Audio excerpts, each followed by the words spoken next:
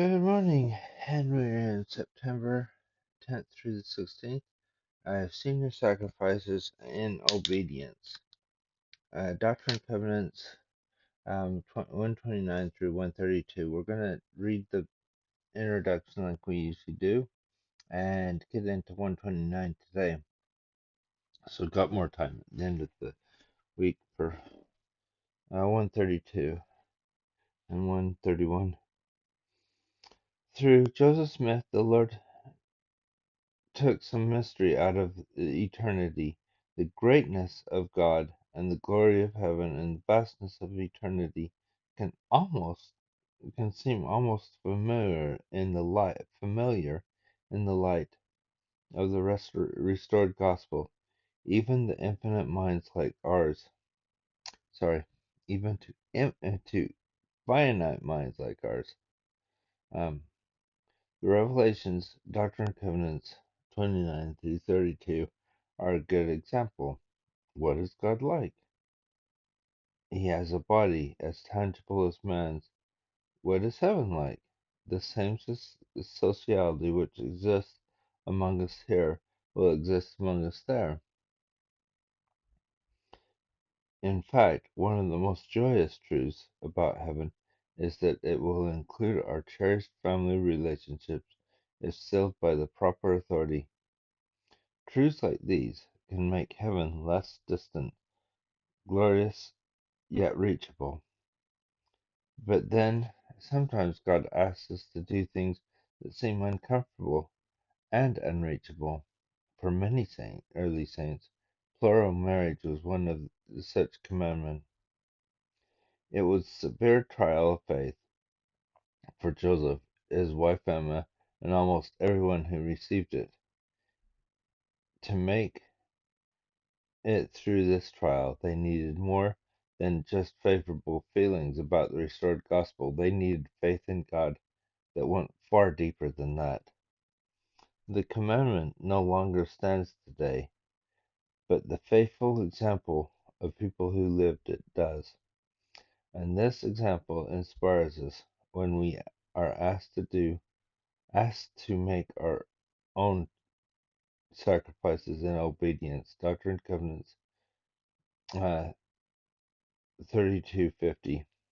Now, just a little bit on the plural marriage. There is a few um, in our line that practice plural marriage, and so it is important at that time for them, and um, it's interesting to see it in a historical sense. It has become because of the proclamation that came out with Wilford Woodruff. I feel like growing up in Utah that there was a very big taboo on plural marriage. But I think as you study it, you get an idea of what was trying to be accomplished and what was accomplished, and that it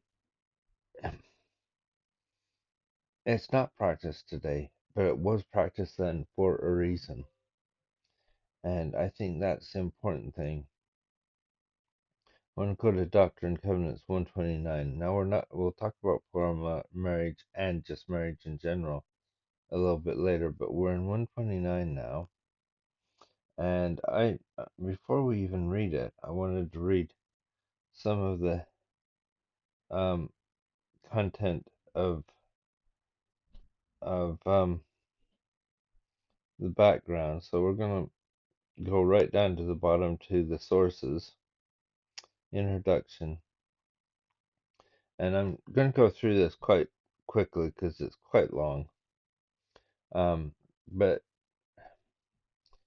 on February 1843, Joseph Smith delivered instruction to guests he was entertaining at his home in Nauvoo, Illinois. Apparently, Joseph Smith gave the remarks during a casual conversation with apostles Orson Pratt and Parley P. Pratt and others who had called on him in the afternoon. So that's how he did that. William Clayson and Willard Richards both were present, and they wrote the words down. Remember, they do a lot of the bookkeeping, I think, for um, Joseph Smith, and also they're working to get the Doctrine and Covenants finished still at this time because it was interrupted with all the persecution, and so they're still getting that done. And um, he, Joseph Smith remarks that they might know whether the administration is from God. So it wasn't the first time it is talked about. It seems in June 1839, some of his comments were similar to the teachings regarding the discerning of spirits that he originally shared with some of the members of the 12 apostles in 27th of June, 1839. So it's not new, but the Pratt brothers weren't there. I'm not going to go through all of that. So this February meeting, therefore, may have been the first time that Joseph Smith shared these. First time Joseph Smith shared these 1839 teachings to either of the Pratts, and it just happened to be when it could be written down as well properly. And then here it talks about competing ideas and between Protestants. Uh, that and it comes from Hebrews that mentions an innumerable company of angels and the spirits of just men made perfect. Of course, there's different ideas. One is the Swedish mystic Emanuel Swedenborg suggests that angels were corporeal beings who had lived on the earth and could converse with men face to face and other things.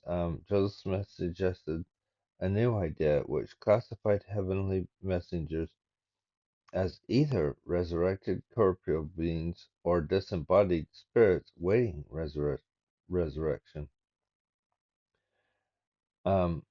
These distinctions may have appeared in Latter-day Saint theology as early as 1829 when the Book of Mormon suggested a difference between angels and ministering spirits. So it's not just out there. There is reasons for it. Joseph Smith had demonstrated a long-standing interest in recognizing the difference between true and false spirits. We have that in some of the revelations. All things with prayer and thanksgiving. Do all things with prayer and thanksgiving, that ye may not be seduced by the evil spirits or doctrines of the devils and the commandments of men, or of other devils. I believe that's 44, is it? I might be wrong. 46. Sorry. So, and then we've got some in other revelations. And you can read through this. So that was um, um, one of the sources. And now we're in section 29. Instructions by Joseph Smith at Nauvoo, Illinois, February 9th, 1843. Making known 3 grand keys by which the correct nature of the ministering of spirits may be distinguished. So here we have the fact that what we just said. He's been teaching this, but this is a chance to have it written down. There are two kinds of beings in heaven, namely angels and resurrected personages having bodies of flesh and bones. For instance, Jesus said, "Handle me and see, for a spirit hath not flesh and bones, as ye see me have." So Jesus is there saying, "Yes, I've been resurrected, but a spirit wouldn't have this." Secondly, the spirits of just men made perfect who are not resurrected, but inherit the same glory. So these are just people who are just as good as those that have been resurrected, but just have not been yet. When the messenger comes, saying he has a message from God, offer him your hand and request him to shake hands with you. If he be an angel, he will do so, and you will fill his hand. If he be a spirit of a just man, made perfect, he will come in his glory, for that is the only way he can appear. Ask him to shake hands with you, but he will not, because it is contrary to the order of heaven for a just man to deceive. But he will stand and deliver his message. So he won't shake your hand because there wouldn't be anything there. He's a spirit. If it be the devil, as an angel of light, when you ask him to shake hands, he will offer you his hand, and you will not feel anything. You may therefore detect him. These are three grand keys, thereby you may know whether any administration is from God. So might or might not use this in your life, but it is interesting to know, and it's something that I've always remembered throughout my life. Waiting to use it more. Um, but it is an interesting thing. It makes sense, and I hope that you gain something, at least understanding, if nothing else. Take this away. It's contrary to the order of heaven for a just man to deceive, or an angel or anybody else that's from heaven. So they will not deceive, but he will deliver their message. So if you're going to be more like Heavenly Father, you learn, you don't deceive. But the devil will try to. And I've seen this in people. It doesn't have to be the devil, where they just want to try to deceive. They have a difficult time doing anything else. I hope that you can be a just and a true man here in life, and that then you can become an angel in heaven. And I hope this, and we'll see you tomorrow.